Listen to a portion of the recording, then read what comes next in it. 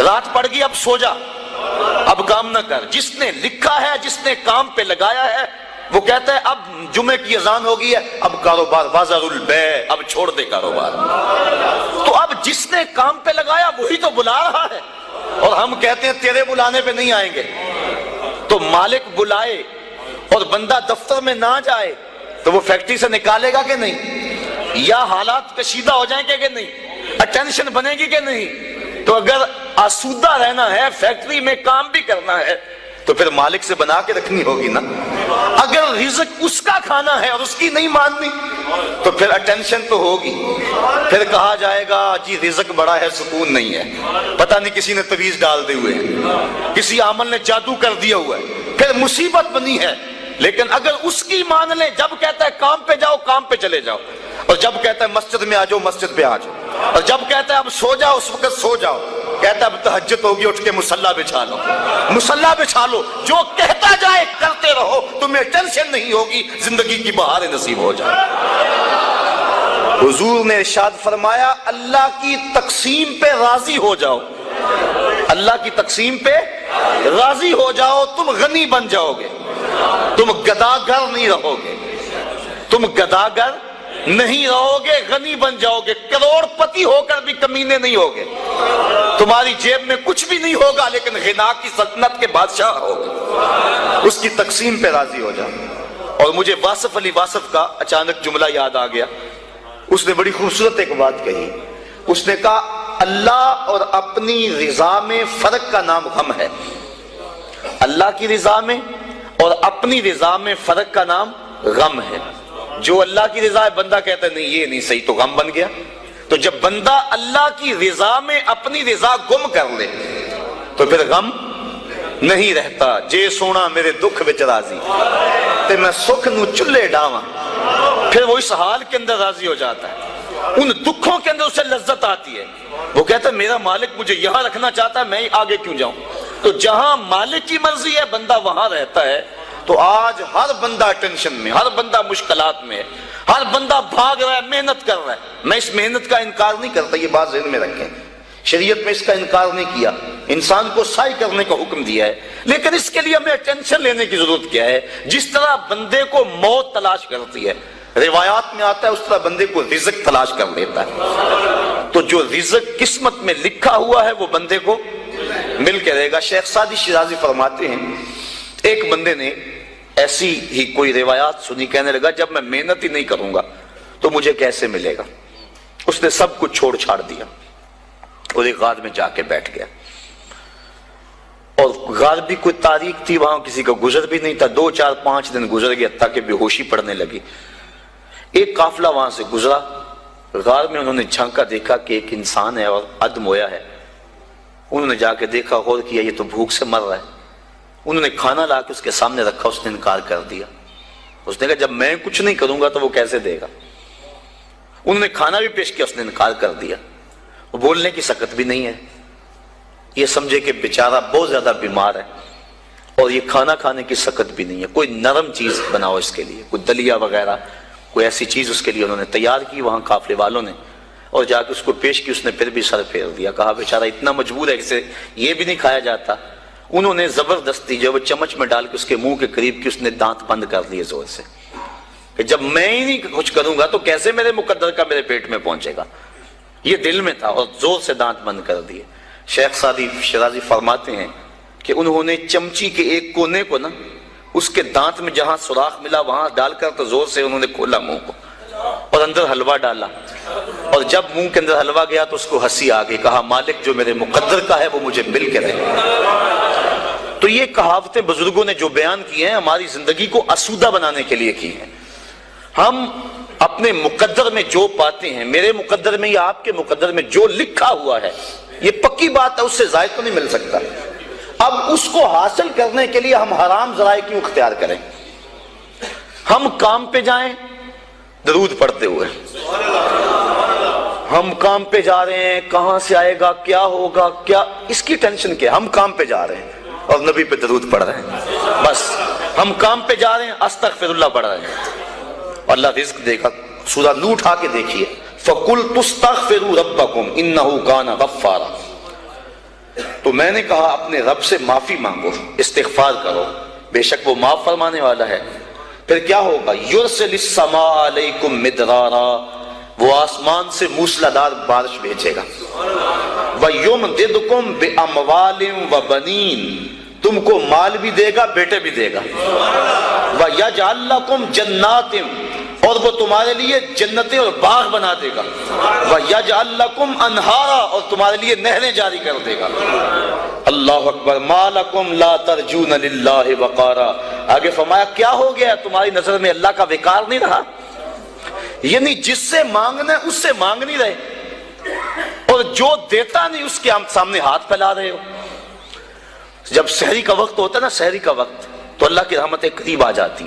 حدیث میں آتا ہے، آواز آتی ہے، حل میں مسترزقن، کوئی رزق مانگنے والا ہے میں اس کی جھولی بھر دوں۔ حل میں مستغفرن، کوئی بخشش مانگنے والا ہے میں اس کے گناہ معاف کر دوں۔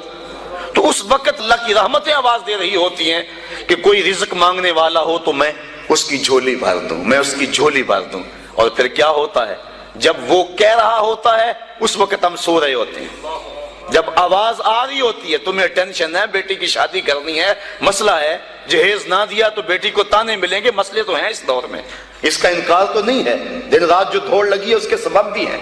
ہم جانتے ہیں کہ بھائی فیکٹری میں اوور ٹائم کیوں لگا رہے ہیں، انہیں پتا ہے کہ میں نے اپنی بہن کے ہاتھ پیلے کرنے ہیں۔ اور ہمارا معاشرہ جو ہے قرآن کو چھوڑ کے جہنم بنا ہوا ہے۔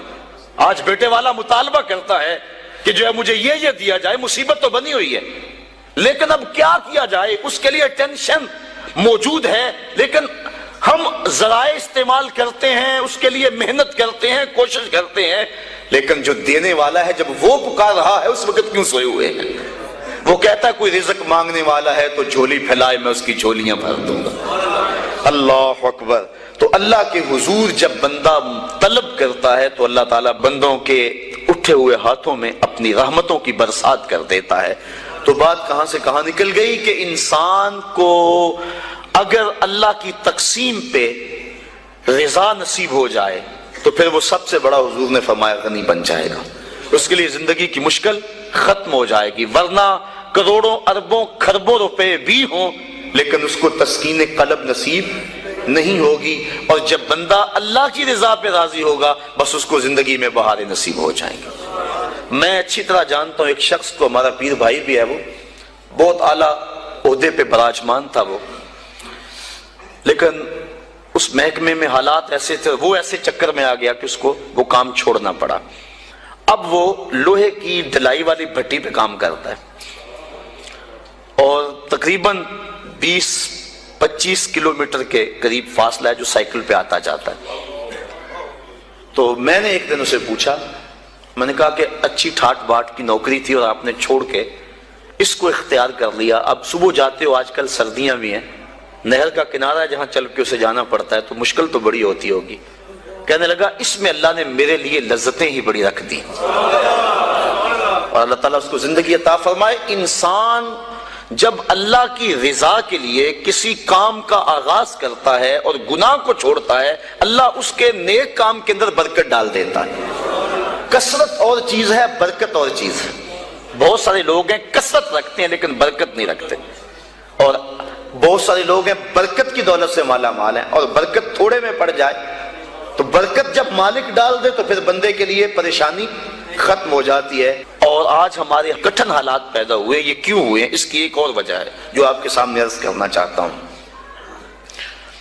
امام خبیری نے اس روایت کو نقل کیا، حضور فرمایا سیاتی زمان علی امتی یفرون من العلماء والفقہاء فیبتلیہم بثلاث، میری امت پہ ایک وقت آئے گا کہ لوگ علماء اور فقہاء کی صحبت سے دور بھاگنا شروع ہو جائیں گے۔ فَيَبْتَلِيهِمْ بِثَلَاثٍ، تو اللہ تعالیٰ ان کو 3 طرح سے آزمائے گا۔ جب لوگوں کی حالت یہ ہوگی کہ اچھے لوگوں کی سنگت صحبت اختیار کرنا چھوڑ دیں گے، 3 آزمائشیں ان پہ نازل ہوں گی۔ پہلی آزمائش یہی جس کے لیے آج کے مضمون کا سارا رخ ہی مڑ گیا، لیکن چلو یہ بھی ضروری باتیں میں آپ کی گوش گزار کر رہا ہوں۔ یرفع البرکۃ من کسبہم، پہلی بات یہی کہ ان کے کسب سے، کاروبار سے، مال سے برکت اٹھا لی جائے گی۔ پہلی نحوست علماء کی صحبت سے دور بھاگنے کی وجہ سے ان کو جو ملے گی. دوسری نحوست، ان کے اوپر ظالم حکمران مسلط کر دیے جائیں گے. اور تیسری نحوست اور بڑی خطرناک، وَيَخْرُجُونَ مِنَ الدُّنْيَا بِغَيْرِ الْإِيمَانِ، اور دنیا سے بغیر ایمان کے اٹھ جانے کا اندیشہ ہو. اور آج دیکھ لیں، یہ بات بھی درست ہے کہ آج وہ علماء کم ہیں جن علماء کی صحبت میں بیٹھ کے اللہ کا قرب ملتا ہے. میں جوہر آباد میں گفتگو کر رہا تھا تو وہ بات کو گفتگو تھی، تو ایک وکیل صاحب کہنے لگے کہ آپ جو بات کر رہے ہیں ہم اس بات کو تسلیم کر رہے ہیں، لیکن ان علماء کو کہاں سے ڈھونڈیں جن کی صحبت غنیمت ہوتی ہے اور جن کے دم سے انسان کو اللہ کا قرب ملتا ہے. آج تو گداگر اور دکاندار ہمیں مل رہے ہیں. تو میں انہیں اسے 2 لفظی جواب دیا. میں نے کہا تمہیں پتا ہے مٹھائی کس دکان سے اچھی ملتی ہے، کپڑا کس دکان سے اچھا ملتا ہے؟ سارا شہر چھوڑ کے وہاں جاتے ہو کہ نہیں؟ یہی نہیں پتا کہ دین اچھا کہاں سے ملتا ہے. حضور کی امت کی خصوصیات میں سے ایک خصوصیت یہ ہے کہ قیامت تک اس امت میں اہل حق موجود رہیں گے. حضور کی امت کی جو خصوصیات ہیں ان میں سے ایک خصوصیت یہ ہے، قیامت تک اس امت میں اہل حق موجود رہیں گے، گو تھوڑے رہ جائیں. لیکن چونکہ ہم شیطان کے پھندے میں آ جاتے ہیں، اور کبھی ایسا نہیں ہوا کہ ایک دکاندار سے دھوکہ کھا لیں اور پھر دوبارہ کہیں کہ ہم کپڑے پہنتے ہی نہیں. ایک ہوٹل سے دھوکہ کھا لیں تو کہہ لیں ہم کھانا کھاتے ہی نہیں. یہ سارے فراڈی ہوتے ہیں. ایک دکاندار سے دھوکہ کھائیں گے، دوسرے کے پاس جائیں گے، دوسرے سے دھوکہ کھائیں گے، تیسرے کے پاس جائیں گے. لیکن یہاں کیا ہوتا ہے کہ ہم کسی ایسے شخص کے پاس چلے جاتے ہیں جو دین کے نام پہ کاروبار کر رہا ہوتا ہے، اور پھر جب اس سے ہم ڈسے جاتے ہیں ہم سارے طبقے سے بدزن ہو جاتے ہیں. شاید ہم دین کو اتنی ضرورت نہیں سمجھتے جتنی کپڑے کو سمجھتے ہیں، جتنی کھانے کو سمجھتے ہیں. 100 جگہ سے بھی دھوکہ کھائیں ہم سمجھتے ہیں کپڑا تو پہننا ہے، کوئی اور دکان تلاش کر لو. تو اگر دین کو بھی ضرورت سمجھا جائے 100 مرتبہ بھی دھوکہ کھاؤ پھر بھی تلاش میں رہو، کوئی تو صاحب حق ملے گا ہی نا. اور پھر تم نے دھوکہ بھی تو اللہ کے نام پہ کھایا ہے نا. حضرت عمر فاروق رضی اللہ تعالیٰ عنہ جو غلام لمبی نمازیں پڑھتا تھا اس کو آزاد کر دیتے تھے کہ یہ لمبی نمازیں پڑھ رہا ہے. غلاموں کو پتہ چل گیا، جو ان کی ملک میں غلام آتے وہ لمبی لمبی نمازیں ان کے سامنے پڑھتے اور آپ ان کو آزاد کر دیتے. کسی نے کہا کہ تم نہیں جانتے کہ یہ دکھاوے کی نمازیں پڑھتے ہیں، یہ تمہیں دھوکہ دیتے ہیں؟ حضرت عمر فاروق نے فرمایا اللہ کے نام پہ دیتے ہیں نا، میں 100 بار یہ دھوکہ کھانے کے لیے تیار ہوں. تو اگر وہ لوگ جو چائے کی پیالی پہ دین بیچتے ہیں، وہ لوگ بھی منبر و محراب پہ براجماں ہیں، وہ بھی لوگ تو موجود ہیں جو تاج شاہی کو ٹھوکر بھی نہیں مارتے. بستے ہیں کچھ ایسے پراگندہ تباہ لوگ بھی، افسوس کہ تمہیں میر سے صحبت نہیں رہی. وہ لوگ جن سے مل کے زندگی سے عشق ہو جائے آپ نے شاید نہ دیکھے ہوں مگر ایسے بھی ہیں. حضور نے ارشاد فرمایا خیار امتی العلماء وشرار امتی العلماء، میری امت کے بدترین لوگ بھی علماء ہیں اور میری امت کے بہترین لوگ بھی علماء ہیں. تو اگر بہترین لوگ امت کے تلاش کرنے ہوں تو وہ بھی اسی طبقے سے ملیں گے، وہ کسی اور جگہ سے نہیں ملیں گے. اور اگر بدترین لوگ وہ بھی اس طبقے میں موجود ہیں، ہم بدترین کو دیکھتے ہیں پھر اس طبقے سے بدزن ہو جائے، اور نتیجہ کیا کہ ہم آہستہ آہستہ اس جگہ پہ پہنچ جاتے ہیں کہ علماء کی صحبت سے نفرت شروع ہو گئی، جس کے نتیجے کے اندر یہ 3 مصیبتیں ہمارے اوپر نازل ہوئی. پہلی مصیبت یرفع البرکۃ من کسبہم، رزق سے برکت اٹھا لی گئی. اور دوسری بات کہ ظالم حکمران مسلط کر دیے گئے. اور تیسرا دنیا سے بغیر ایمان کے چلے جانے کا اندیشہ پیدا ہوا. اور آج ہے نہیں، لوگ بیرون ملک جانے کے لیے مرزائی لکھ رہے ہیں. کتنے لوگ ہیں ایسے؟ ایمان کا سودا کرنا تو بڑا آسان ہو گیا اس دور کے اندر. چائے کی پیالی پہ لوگ دین بیچ رہے ہیں، کیا کچھ نہیں ہو رہا ہے. اللہ اکبر. حضور نے توبہ توبہ، حضور نے نشاندہی کی تھی کہ آدمی صبح کو مومن ہوگا اور شام کو کافر ہوگا. یصبح مومنا ویمسی کافرا، صبح مومن ہوگا شام کو کافر ہوگا. اور پھر فرمایا شام کو مومن ہوگا صبح کو کافر ہوگا. لا یبقى من الاسلام الا اسمہ ولا یبقى من القرآن الا رسمہ. مساجدہم عامرۃ وہی خراب من الہدی، وقت آئے گا کہ قرآن صرف رسم کے طور پہ پڑھا جائے گا، اسلام صرف نام کا رہ جائے گا، مسجدیں زیب و زینت کے لحاظ سے تو آباد ہوں گی لیکن ہدایت کے نور سے خالی ہوں گی۔ جس دور کی نشاندہی کی گئی تھی کیا وہ اب دور موجود نہیں ہے؟ امام غزالی فرماتے ہیں جس دور کی نشاندہی اللہ کے رسول نے کی ہے، آج سے صدیوں قبل امام غزالی ہوئے ہیں، فرماتے ہیں وہ میرا دور ہے۔ امام غزالی فرماتے ہیں جس دور فتنہ کی نشاندہی حضور نے کی ہے وہ میرا دور ہے، اور یہ دور جس سے ہم گزر رہے ہیں یہ دور کیسا ہے؟ آج کیا ہو رہا ہے؟ حدود اللہ کو پامال نہیں کیا جا رہا، اسمبلیوں کے گنڈے اور بدماش اللہ کی حدود کو توڑ نہیں رہے، ان کو کون روکنے والا ہے؟ نہ ممبر سے آواز اٹھ رہی ہے نہ محراب سے آواز اٹھ رہی ہے، حجرہ نشین بھی تسبیح پھیر رہے ہیں۔ حضرت داتا گنج بخش علی اجمیری کشف المعجوب میں لکھتے ہیں کہ حضرت ابو اسحاق اسفرائینی جنگل میں گئے تو وہاں دیکھا کچھ صوفی گھاس کھا کے گزارا کر رہے ہیں، گھاس کھا لیتے ہیں اللہ اللہ کرتے ہیں۔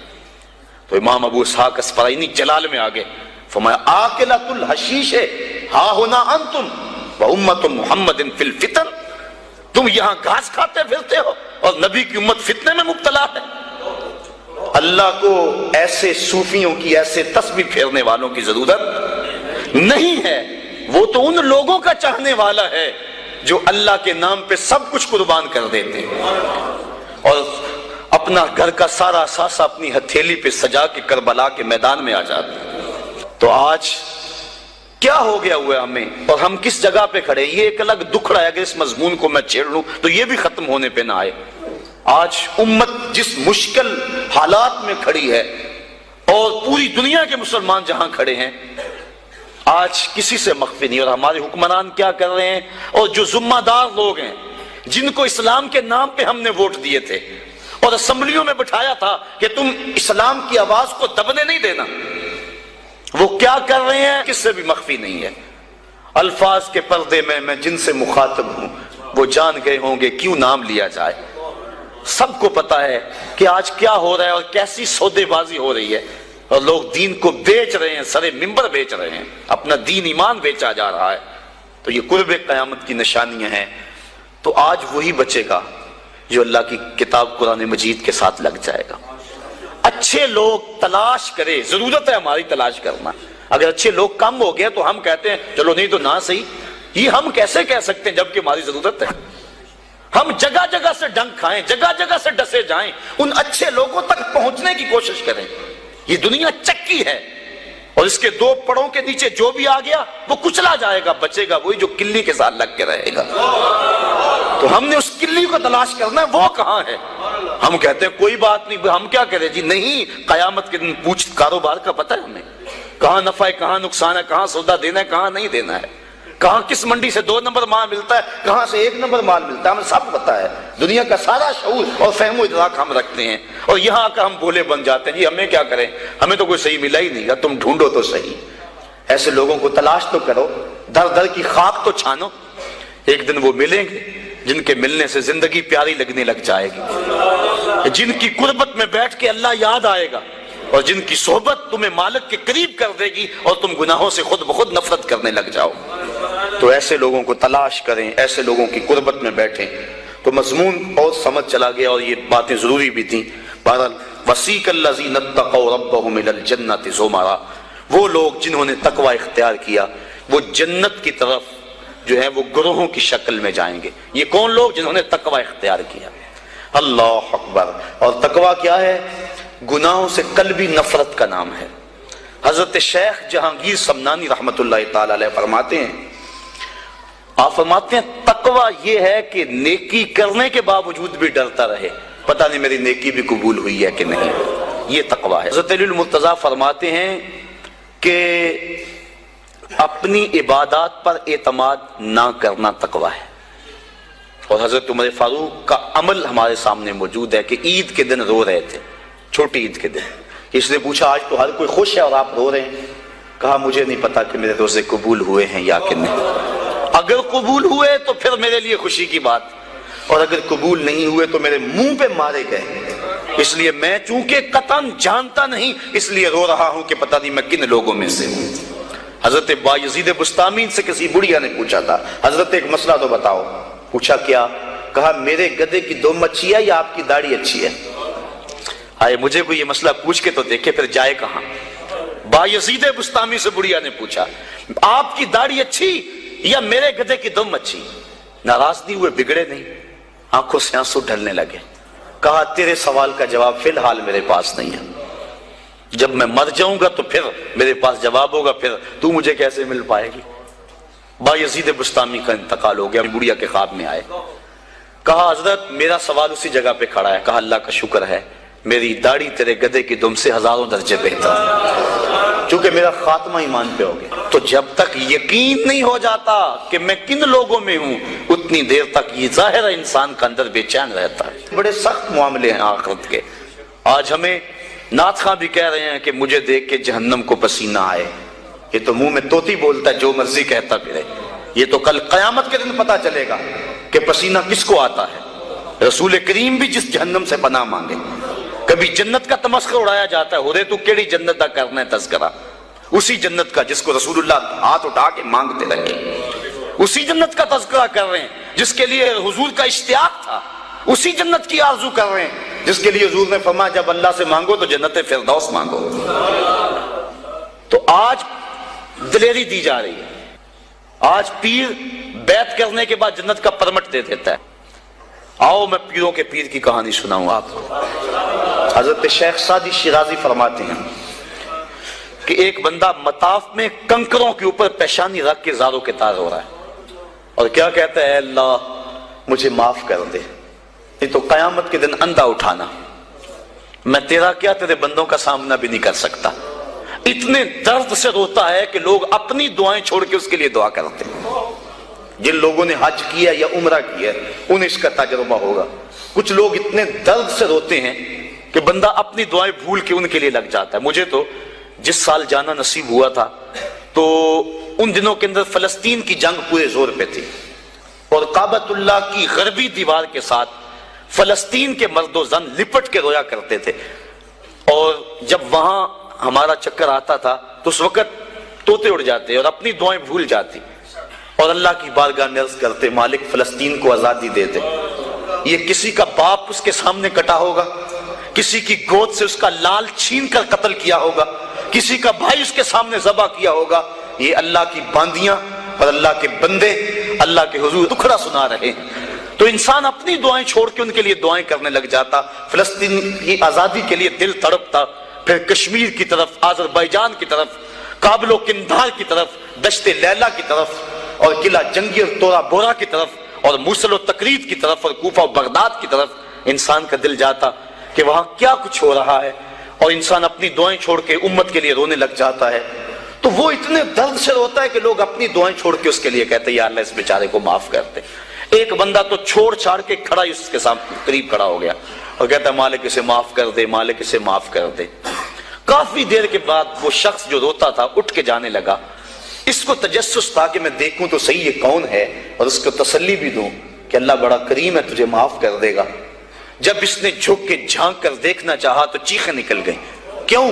کہ فائزہ ہوا شیخ عبد القادر جیلانی، یہ زاروں کے تار رونے والا وقت کا غوث شیخ عبد القادر جیلانی۔ حضرت سری سختی رضی اللہ تعالیٰ عنہ نے جنید بغدادی کو بلایا۔ حضرت جنید بغدادی کہ وہ ماموں بھی لگتے ہیں رشتے میں اور پیر بھی لگتے ہیں۔ یہ پیر مرید کی کہانی سنا رہا، آج کا پیر تو گارنٹی دے رہا ہے نا، اللہ اکبر۔ حضور تو حضرت ربیہ کو بھی جنت کی بشارت دیں اور ساتھ کہیں کثرت سجود سے میری مدد کرنا، اور پیر کہتا تجھے پرواہ ہی نہیں ہے۔ آؤ اس پیر مرید کی کہانی سنا رہا ہوں۔ حضرت جنید بغدادی فرماتے ہیں میرے ماموں نے تنہائی میں مجھے بلایا اور مجھے وصیتیں کی۔ جب ایک وصیت کی تو میرے پاؤں تلے سے زمین نکل گئی۔ کہنے لگے بیٹا جب میں مر جاؤں تو میری قبر بغداد سے باہر بنانا۔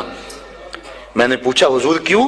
فرمانے لگے میری بدعمالیوں کی وجہ سے کہیں بغداد کی مٹی میری لاش کو قبول کرنے سے انکار نہ کر دے اور میں لوگوں کے سامنے رسوا نہ ہو جاؤں۔ یہ ہیں وہ لوگ تتجافی جنوبہم عن المضاجع، جن کی کروٹیں بستروں سے الگ رہتی ہیں، اللہ کو خوف اور طمع میں پکارتے ہیں، لیکن زندگی کا ایک ایک لمحہ تقوی سے عبارت ہے۔ دنیا میں تکلیفیں سہی۔ حضرت امام جعفر صادق ساری زندگی ٹھنڈا پانی نہیں پیا، فرماتے تھے کیا خبر کہ اس کے حساب میں چکرا جاؤں۔ اور آپ کے مریدین بیٹھے ہوئے ہیں، آپ بھی بیٹھے ہوئے ہیں، لوگ بیٹھے ہیں، کہا یار آج ایک دوسرے سے وعدہ نہ کر لیں؟ کہا کیا؟ کہا ہم میں سے جو بھی جنت میں جائے وہ دوسروں کو ساتھ لے کے جائے۔